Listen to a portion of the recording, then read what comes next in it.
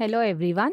I am Pratibha Prabhugaonkar, Assistant Professor at Dampe College of Arts and Science, Miramar, Panji, Goa.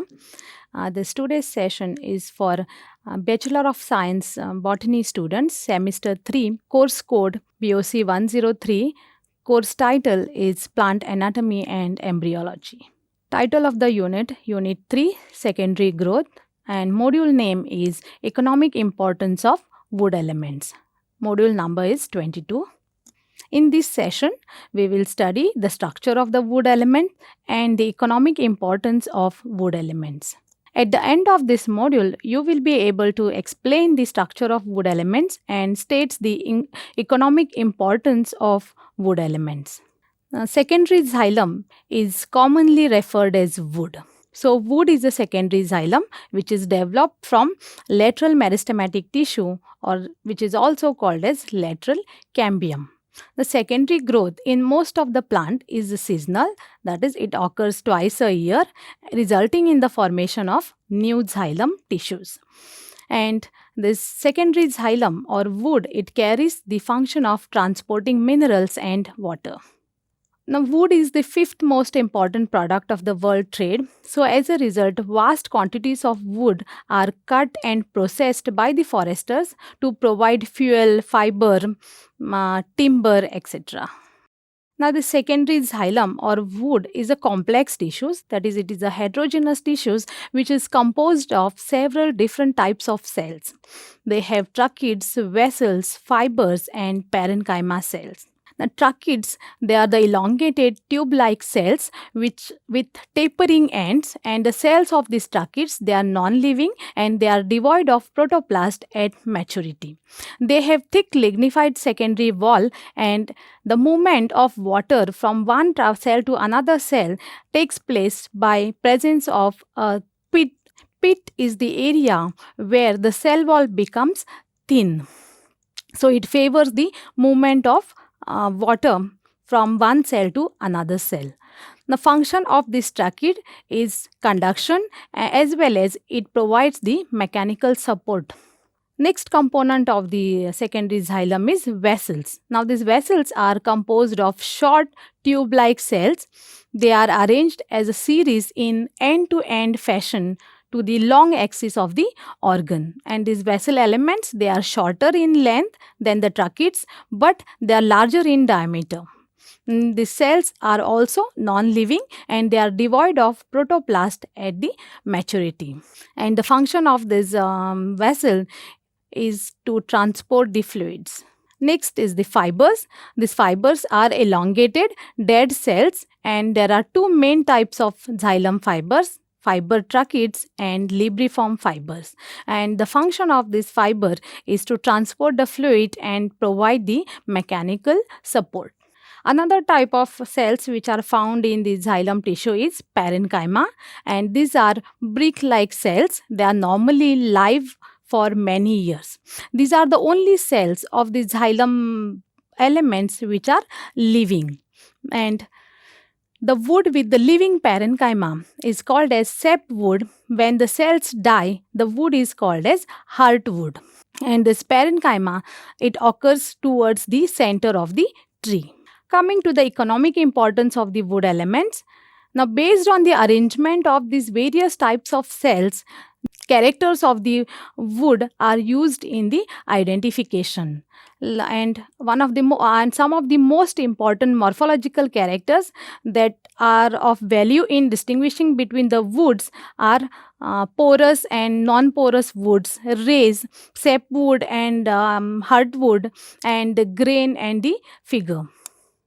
Arrangement of the vessels. Now, arrangement of the vessels is used in the identification of the different tree species. Now, in cross section, if we see the wood under microscope, we can see the vessels appears. You can see these vessels appears like a holes, and these holes are referred as pores. These holes are called as pores, and based on the presence or absence of pores, the wood is called as porous and non-porous wood. Now, when the vessels are of equal diameter and when they are uniformly distributed throughout the wood, The wood is called as diffuse porous wood, and the plants which contains or which has this diffuse porous woods are species of eucalyptus, acer, acacia, etc. When the wood contains the vessels of different diameters, the wood is referred as ring porous wood. The vessels in the early wood are distinctly larger in diameter than the late wood vessels, and they form a ring like structure. There is one ring of larger vessels followed by another ring of smaller vessels. So that is why the wood is called as a ring porous wood. Ring porous wood is found in the species of Fraxinus, Quercus, etc. Length of the fibers also influences the quality of the paper that can be produced. Now, short fibers they make fine grade papers, whereas long fibers makes coarse grade paper. And the wood that contains many libriform fibers or the fiber tracheids is a strong wood. Fibers also contributes to the strength and the quality of the wood depending on the thickness of these fibers. Thick-walled fibers have high density and they are stronger, and as a result they are used in the manufacture of the furniture. Whereas the thin-walled fibers they have low density and low strength, and hence they are used in the manufacture of soft furnitures. They are used in fencing and paper industry. Now, every wood has a particular pattern of parenchyma distribution, and it is more or less consistent from specimen to specimen. These cell patterns are important in traditional hardwood identification, and the arrangement of this wood parenchyma can be used for the identification of this tree species. Another important character is grain, figure, and texture of the wood. A texture refers to the relative size and quality of the various wood elements. Grain refers to the structural arrangement of these wood elements, and the figure applies to the design and pattern that appears on the surface of this timber. This attractive and distinctive figures which wood shows and which makes it valuable for decorative purposes are mostly due to different types of grains and texture.